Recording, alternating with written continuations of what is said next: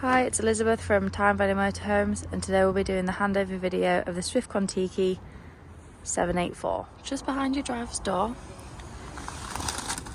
at the bottom of the vehicle, you'll find your fresh water drain off point. You can drain it off using your control panel on the inside of the vehicle, but this is where it will drain off.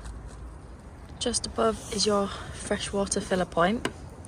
So here you want to use your key to unlock the cap, and then you can twist and pop it off. You'll then want a hose pipe and some adapters, as some sites just provide the brass tap. You then want to put your hose pipe through there, fill it up until the freshwater tank is full, or until you've got enough water for your holiday, and then you can put your cap back on and just make sure you lock it with the key to stop anyone tampering with your fresh water. If you can't get to the tap on site, you can use your water pump to pump water in to your freshwater tank using an aqua roll. The next thing you come to is your hookup point. So when you're hooking your vehicle up, you just want to lift the collar of the cable and then just push it on. And then hook your cable up to the vehicle first and then to the mains. And then when you're disconnecting, disconnect from the mains and then your vehicle, as you don't want to be walking around with the live hookup lead. So next thing we've got is your gas locker. This will hold two 6-kilogram bottles, but at the minute we've just got the little dumpy bottle on. When you're connecting your pigtail to the gas bottle, just remember it's left to tighten, right to loosen, and you'll need a spanner just to nip it up tight. And you can turn it on or off at the top using this dial. And then once you've got your gas turned on, just push this black button down and it'll just let the gas go through the pigtail into the vehicle. If it's still not coming through, the crash valve might have just popped out. There's just this little yellow button here, so if you just push that in, then it'll all be okay. If you've got two gas bottles on, if one runs out, you can turn this round to the other gas bottle. Just make sure the white line is facing the pigtail that's got the feed to the gas. And then always have them strapped in nice and tight so they don't rattle around when in travelling. Next thing we'll come to is your external shower. So as long as you've got your fresh water tank full and you've got your water pump on, you can get your external shower, and then you just want to push this blue lever down, align it up to the point on the vehicle and just push it on. And then you'll have the tap water running. When you finish with it, just pull the blue lever and it'll pop off, and then just let all the water drain out of the pipes so you don't get the inside of your garage wet.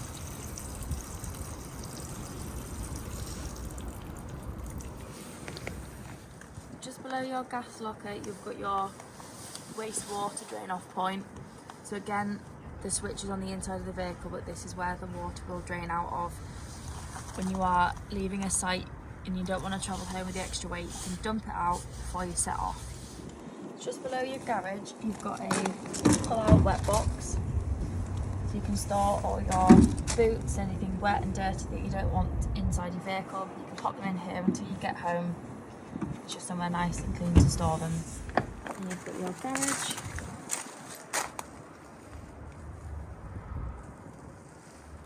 On top of the vehicle, you've got your reversing cameras.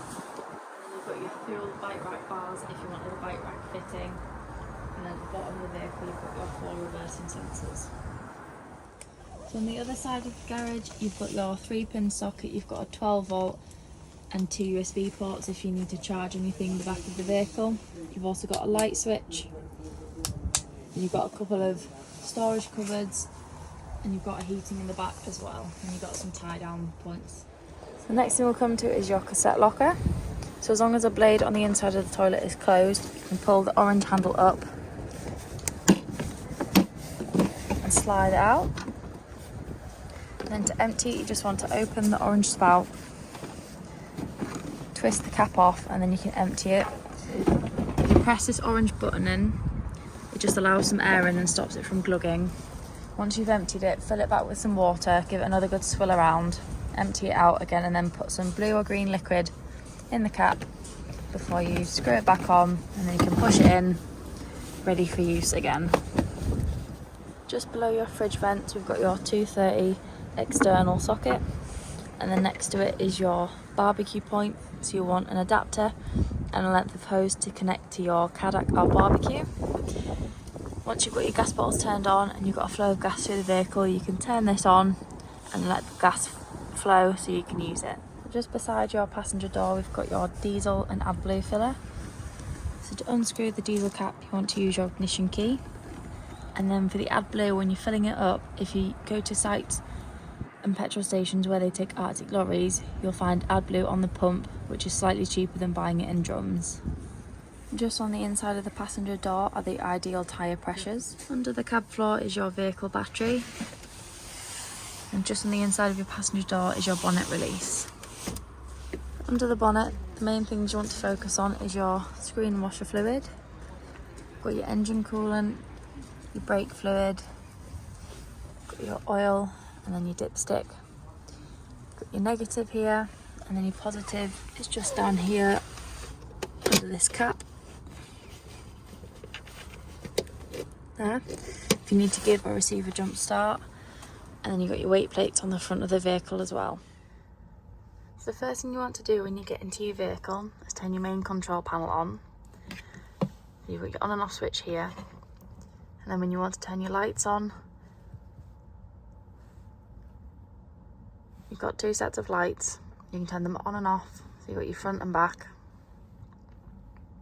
And then you've also got a dimmer, so you can dim the lights down if they're too bright on a night time, and they'll go all the way to 0.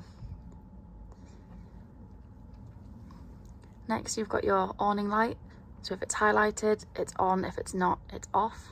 And then you've got your water pump as well. Next, we've got your power. So here you can see your leisure batteries charging, your vehicle battery, and then when you're not hooked up, your solar will light up. Then we've got your water, so you can see your fresh and your waste levels. You've also got your tank heaters, frost alert, and then from here you can empty your fresh and waste tank.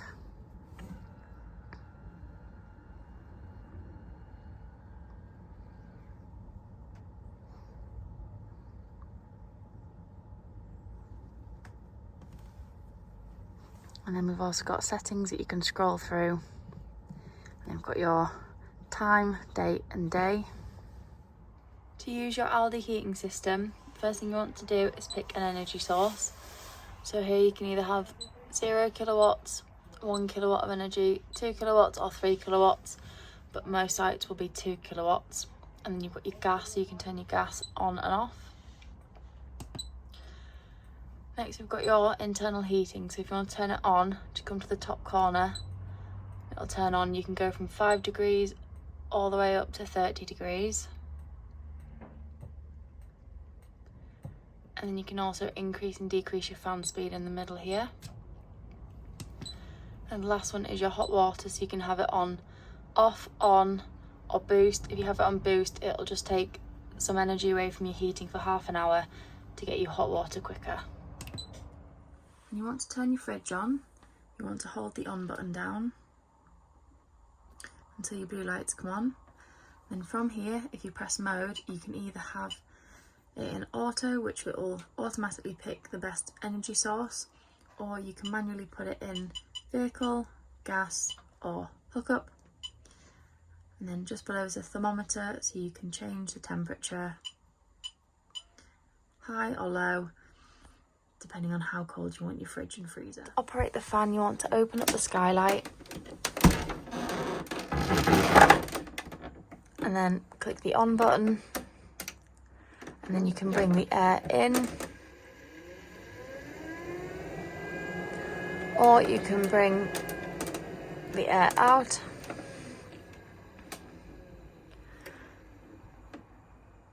And the fan will stop itself and then go the other way.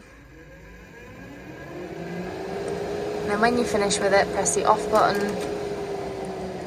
And then once the fan's stopped, you can bring the skylight back down and make sure it's locked in place before you travel anywhere. In the bathroom, we've got your shower basin, we've got your shower, we've got our drying rail and your skylight.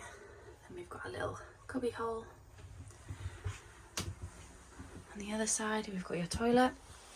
So when you want to flush, you want to make sure that you've got your water pump turned on and fresh water in your water tank. And then you want to push the blue button. You'll get a flow of water into the bowl, and then to open and close the blade, you want to push this grey lever forwards and backwards. Then we've got a cupboard, we've got a nice large mirror, we've got your sink, we've got another cupboard below. And then on the other side, we've got doors that slide across, blocking off from your bedroom.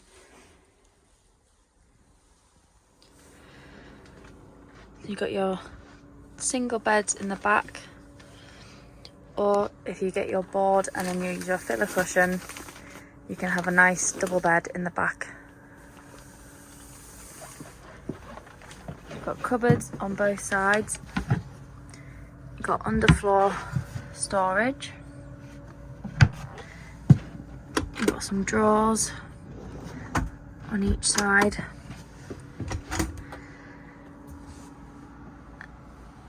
Some hanging space as well. And on the driver's side, under the bed, right at the bottom, you've got your boiler drain off. So when you're winterising your vehicle, you want to make sure no water's left in your boiler, so just pull the yellow lever up and you'll hear that the water is coming out of your boiler. At the same time, you want to open your kitchen and bathroom taps so there's no water left in the taps through winter to freeze and cause frost damage. And at the same time, you want to drain off your fresh and wastewater tanks as well. At the head of the bed, you've got a mirror with some shelf space, and then you've got your USB ports, you've got your light switches, and then you've also got a nice little hidden cupboard that just gently pushes to close it.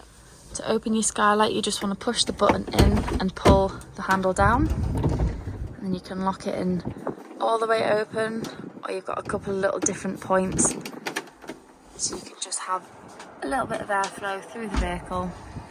Just remember that before you travel, you've always got to shut them and lock them in, as they can easily be damaged during transit. And then you've got your fly screen and your blackout blind as well. To open your windows, you just want to push the black button in and pull the lever down on all three. You can then gently push your window open to however far you want it, and it'll just stay there. And then to bring it in, just give it another gentle push and it'll come back. And then to lock it in, you just want to pull the levers down again, making sure that they're always locked in a closed position before travelling so they don't get damaged during transit. Here we've got 3 gas burner hobs working. Just remember that once you've used them, let the metal fully cool before you put the glass lid down, as it will cause it to shatter. Here we've got the grill working on gas. Here we've got the oven working on gas. To make your front lounge and dining area into a bed, you just want to use your switch above your sink just to bring the table down. You want it all the way down so it's level with the base of your seats. So it's down and flat and acts as the base of the bed. Once your table is down and in position, you want to just gently bring your supporting bar out. You can then fold the table over. You then want to pull your base seats into the middle, and then your backrests need to flip round and slot under the backboard behind the cushions. Next thing you want to do is just gently pull the base out just above your consumer unit, then fold it over, and then you've got a leg that just gently pulls down just to give you a little bit more base to the bed. So under the bench at the front of the vehicle, you've got your power supply unit. So when you've got your fuses, if you go on holiday, it's always advisable to take some extra just in case any of them blow, so you're not left without a fridge or lights working. You can easily replace them. And then you've also got your trip switch here. So if you're ever hooked up and you're not receiving power to the vehicle, just press this button here, and if this switch flips, it means there's something within the vehicle that's not working. However, if it doesn't trip, it means you're not receiving power, and it could be an issue with the hookup cable or the mains supply. And then if you're not using your van for a couple of months or even over the winter months, if you press this button down here, it will stop all electrical feed, draining the leisure battery. So you know you've got charging your leisure battery when you come to use it in summer. You then want to put your 2 base cushions into the gaps here. You then want to turn your backrests around so this little indent fits under the wood at the back. Then want to put your 2 last cushions into the gap to make the bed up. And here we've got your double bed at the front of the vehicle all made up. On your steering wheel, you've got your arrows on the left side that can flick through different settings on your dash.